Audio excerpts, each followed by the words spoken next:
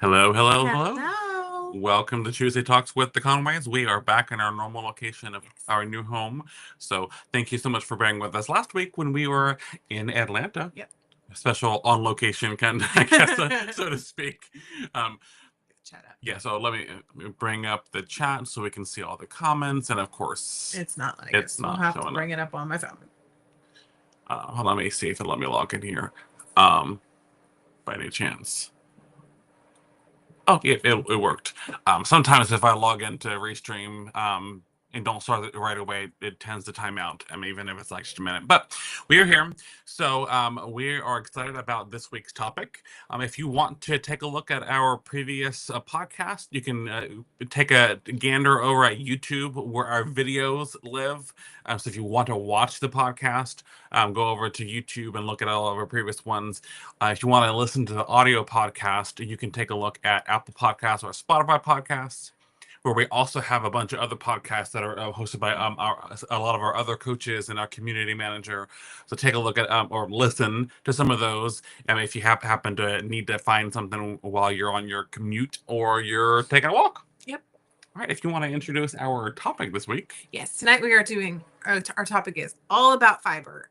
You hear people talk about fiber all the time, but I had to turn this off last week too. It's bothering me. We have an ice machine right next to us.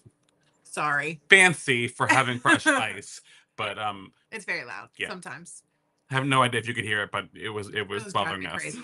But anyways, tonight we're talking all about fiber. Why you need it, ways to get it in, why it's important. Some other benefits, whether it's for weight loss or not, there are some other health benefits too that are very important. Yes, because until like probably a year or so ago, I didn't even know like why fiber was such a big deal, like why people were like, get your fiber in. So it's really important to know why. Absolutely. It's important. And we'll be talking, like you said about how you can get fiber, how we get fiber. We're talking about some general guidelines of how much fiber should you get. And also, once we talk about that, we'll go over what the average American gets. You'll be kind of surprised. It's not nearly enough. So that will definitely reiterate how important fiber is into overall health, but also it's very beneficial for weight loss in general. Sorry, I'm going to the live because it's not showing any comments. And we do have comments. They're not showing up. Okay. Oh. Hello, friends. Our comments were not showing up. So anything that you've commented. Mute that or turn that down. Yeah, so for some reason, Restream is still not showing the comments on there. So welcome Joy and Radina and Naomi and Barbara and Shelly. So sorry we didn't see your comments before. Because Restream is kind of silly, so we'll have to make sure we keep an eye on the comments down here. Sadly, that means we might miss our few comments on YouTube. So that is a little unfortunate, but we can. Yep, it's gonna want me to refresh. I don't want to refresh. Okay, so we will just kind of keep chugging along. You want to hold that? You'll keep an eye on those. I'm using my phone as a flashlight. Oh, that just made me a lot darker, it's okay. But I can bring up the YouTube comments on my phone just so we can keep an eye on those. But yes, so fiber is definitely very important. So we'll go over some of that. So one of the benefits of having fiber is to help regulate your blood sugar. I know a lot of people on this health journey have issues with blood sugar, like we have insulin resistance, which definitely can impact our blood sugar levels. There are a lot of people that are on the carb conscious and the keto plans, which are very big into helping reduce blood sugar. But the fiber itself, what it does is it slows down the absorption of sugar, so it helps your body process it over a longer period of time, and it helps keep it from spiking as well. Yes, and along with that, fiber is a carb, but it does not it doesn't work like normal carbs do. It does not break down into sugars, which is helpful. So if you see fiber, like the carbs might be a little up there because of the fiber, but the fiber is not going to turn into a sugar like a normal.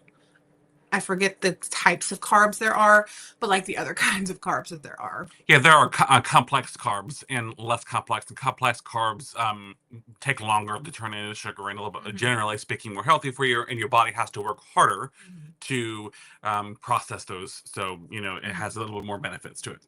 Yes. And hi, Shelly. Yay, enjoy. You remembered. I'm so glad we missed you last week. Yes. And then along with that, like you hear people talk about gut health all the time. Like gut health is important. Gut health is important for hormones, for weight, for so many things. But fiber is key. It's one of the key factors to gut health. Mhm. So if you want to have good gut health, make sure you're getting your fiber. And also with this, if you want to get your fiber in, don't just suddenly get like 40 grams of fiber in one day if you have not been getting your fiber. You have to slowly ramp up to Your fiber. body would not Otherwise, you'll be be in happy with for it. an unpleasant surprise. Yes, so do not try all at once. Like just a little bit more here, a little bit more there. We probably get 30 to 40 grams of fiber a day, if not a little bit more. But we're Used used to that. Yeah, we worked up to that. Mhm. Absolutely. Go ahead. So with the gut health, it also supports healthy bowel movements, and it can prevent constipation. If you have issues like IBS or just other kinds of issues with that, it helps tremendously. It's kind of a she's gonna get me for this. It's kind of a crappy topic. But it's a very important one. When we went on a vacation last week, we were not consistent with our fiber, and it was unpleasant. So just to say the least, we don't have to go into details, but it is a lot more unpleasant. So it keeps us regular. It helps us process the food because without it, we might not have as many bowel movements. And so just backs things up and slows things down. So it's definitely very, very important to have that for supporting those healthy and regular bowel movements. Absolutely. And also it aids in feeling and like weight management and helps you to feel full. That's one of the reasons why sometimes protein and fiber go together, because protein also helps you feel full. So if you have a high protein, high fiber meal, you're going to feel full for a while and you're going to get full quicker. The types of fiber there are, some of them there's insoluble and soluble, but some of them like they literally like expand in your stomach. Like it will absorb like water and stuff and expand, which helps you to feel full faster. If any of you have eaten or used chia seeds in your diet, we've used chia seeds sometimes in overnight oats, and those swell up when they have moisture. So similar concept. So we use phylum husk. So if you ever don't drink your fiber quick enough, it gets real thick and not really pleasant.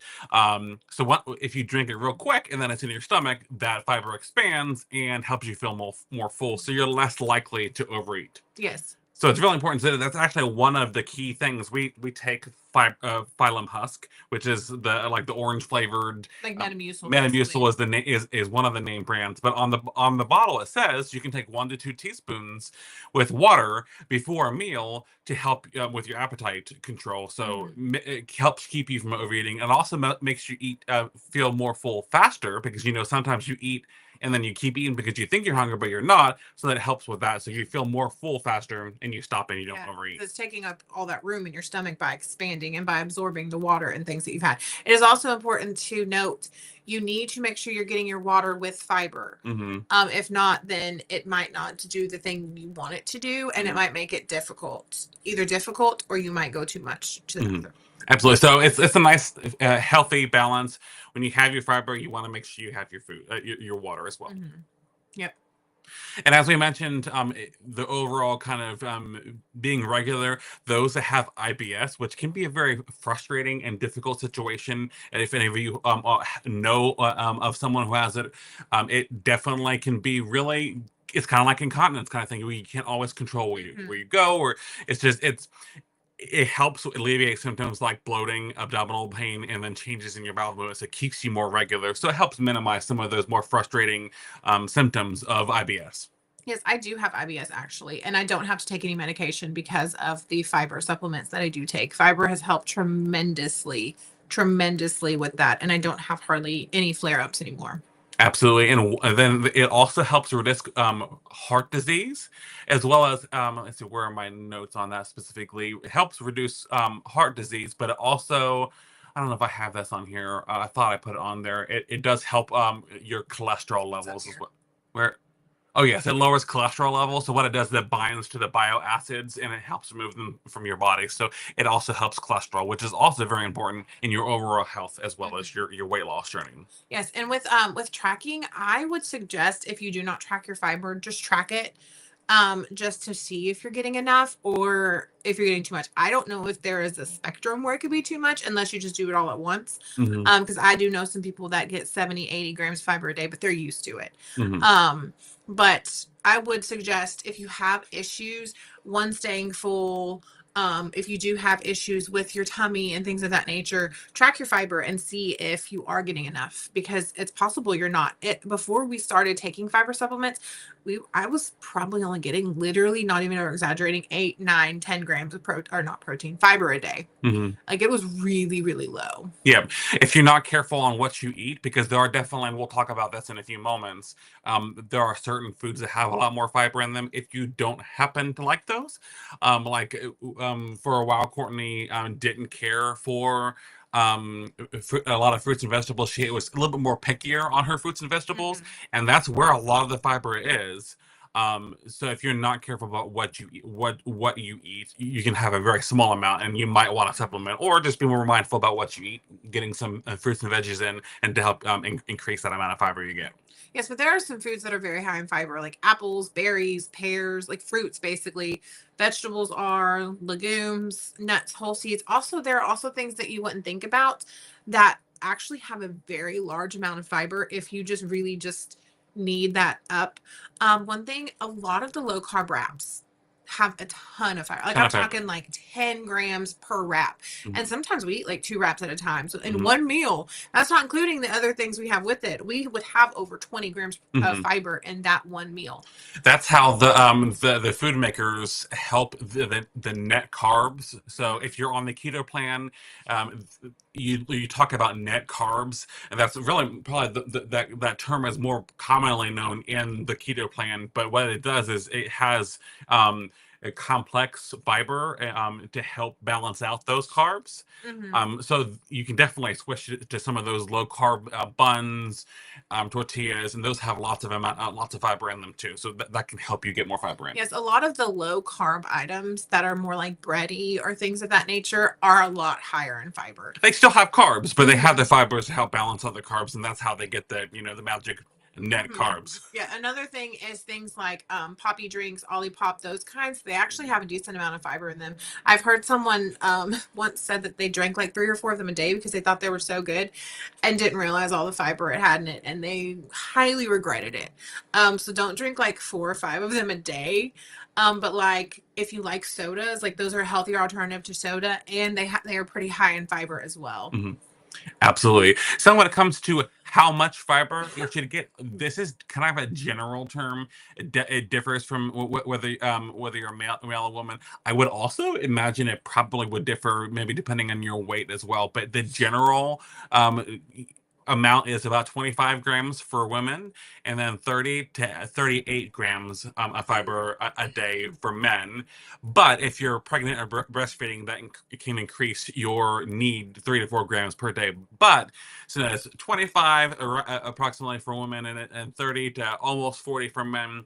The average American only has about 15 grams of fiber in their diet naturally per day, unless they're watching it Mm-hmm. or taking supplements, and that is a very small amount. That's about half what you should be getting. So that makes it even more important to make sure that you're more mindful about eating those higher fiber foods or taking a supplement just to make sure you get enough. Because I would imagine our modern day diets with our higher processed foods and quick and easy access foods, which is sometimes very important to our busy Mm-hmm. lifestyles, are definitely make it harder to get fiber than it used to, when our parents were younger. Yes. Yes. I completely lost my train of thought, y'all. Oh yes, he was talking about like the highly processed foods and things of that nature. That's one reason that fruits and vegetables are so important, because they are higher in fiber. That is one way to make sure you are getting your fiber in, is by getting those fruits and those vegetables. Mhm. And yeah.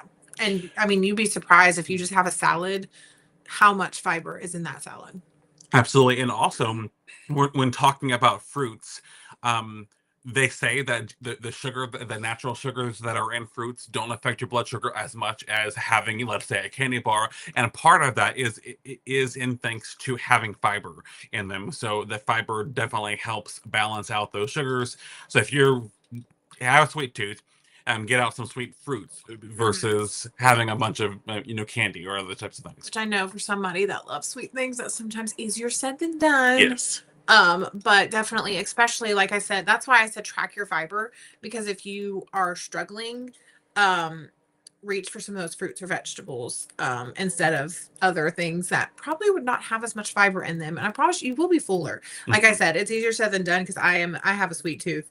But definitely try to reach for those fruits and vegetables. And also, if you are starting, like if you start to track your fiber and you're like, oh my goodness, and it seems like no matter what you do, you can't get up there, that is why there are supplements like what we take. We do the phylum husk, like Metamucil. There are so many fiber supplements out there. And I mean, you can just kind of do some trial and error to see what works for you. But I promise you, you will feel better if you get your fiber. I feel immensely better now that I get my fiber. And like you said, when I go without it, like I did on vacation, I can tell, and I'm not, like, my whole mood changes. I'm grumpy, and it's not pretty. Yep. And there are some different options. Like we have the phylum husk, which is the orange flavored kind of drink that gets sticky if you don't drink it fast. There also is there probably is a generic version, but Benefiber is the white powder that basically dissolves clear, and that is also another version of fiber. That's not something that works as well for us. We probably would have to have more of that. And our bodies are just used to the phylum husk. But that is definitely something that makes it easier. And when I'm struggling sometimes with everyone has those days where they feel like a bottomless pit. Yes. Yes. On those days that I feel like I'm bottomless pit, I will purposely have one or two extra teaspoons in a glass of water to have along with my meal to help me. So what we do is we do a serving in the morning and a serving at night. So she only does like maybe two teaspoons in the morning. At night I do between 4 and 5 teaspoons, which is a lot, but my body is used to it. I didn't start off with that, but I do about 4 or 5 teaspoons in the morning and at night, and then occasionally I might have one with lunch if I'm having that kind of bottomless pit kind of day, which is very, very helpful. Yes. And also, it is important, if you are taking some sort of supplement, like I said, to do some trial and error, not just with the kind, but with how much, because like he has to have more than normal serving for his body. I don't. Yes. So do some trial and error and see what works for you. Also, there are, like we mentioned with the wraps and stuff, there are some sneaky ways to get fiber in. Like the wraps is one thing. Fiber One brownies, I love those things. Those are really good in dessert. You can make you can make those like fancier, put some whipped cream, put some ice cream or something on it. But Fiber One brownies, any of the Fiber One stuff, really. Like I said, the Ollie Pops, those kind of like probiotic type drinks. Kombucha. Yes. I don't know if that so much as has fiber, but that has the good healthy bacteria, but that still is similar concept to helping your digestive system, and that whole process helps make you more healthy. Yeah.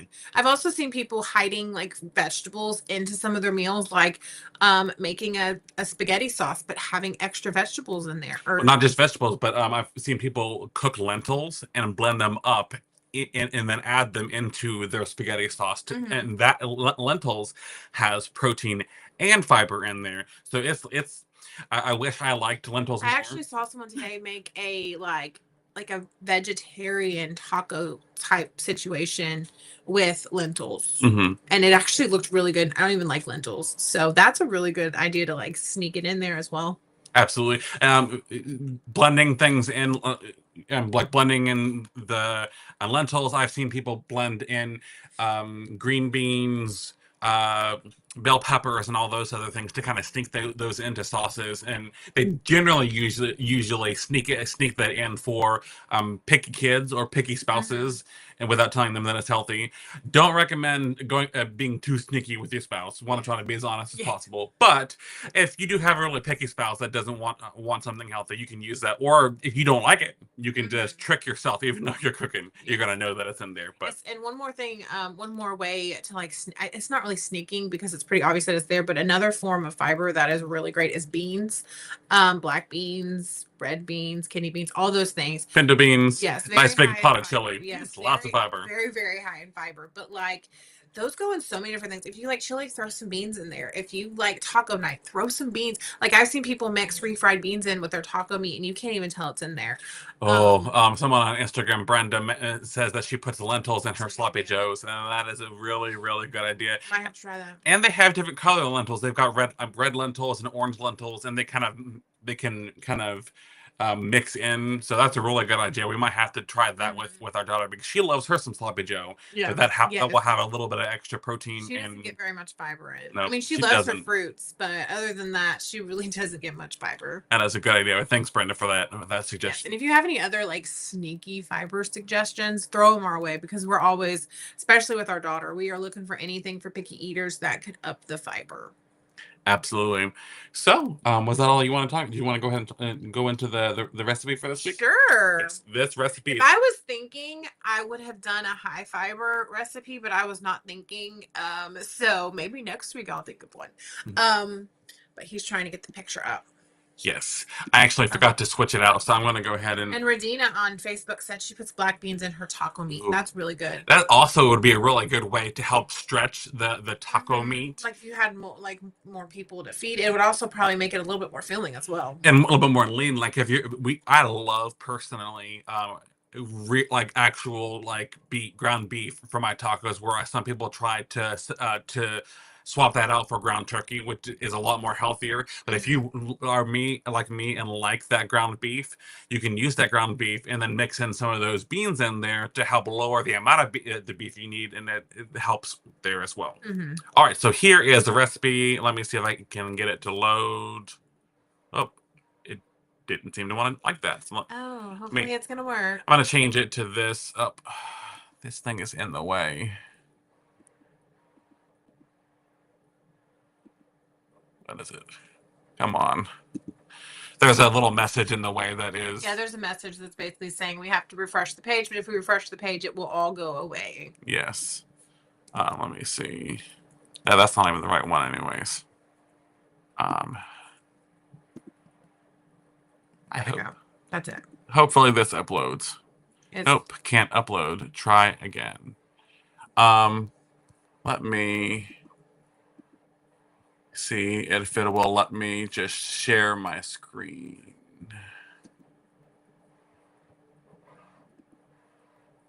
Technology, gotta love it. Yep, so let me share my screen. Allow. And share entire screen. Yay! There we go. That worked. Sorry about that, but technology. Here is Courtney to talk about this recipe. Yes, this is cheesy baked chicken.